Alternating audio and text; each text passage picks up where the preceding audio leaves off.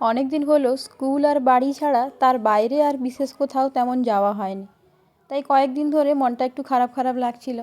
তারপর গতকাল সন্ধ্যাবেলা আমরা ডিসিশন নিয়েছিলাম যে আজ আমরা মাদপুরের মনসা মন্দিরে যাব।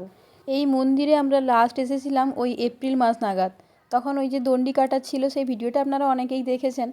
তারপরে আমরা আজকে এলাম।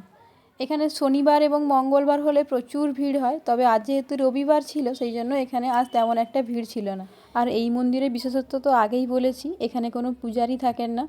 এখানে ভক্তরা নিজেরা নিজেদের মতো করে পুজো করতে পারেন। তবে বছরের একটি মাত্র দিন যেদিন এখানে মেন পুজো হয় সেই দিনটাতেই পুরোহিত দিয়ে পুজো করা হয়। আর এই যে মূর্তিটা, এটা দেখে মনে হচ্ছে যেন মাটির মূর্তি, কিন্তু এটা পুরোটাই পেতল দিয়ে তৈরি।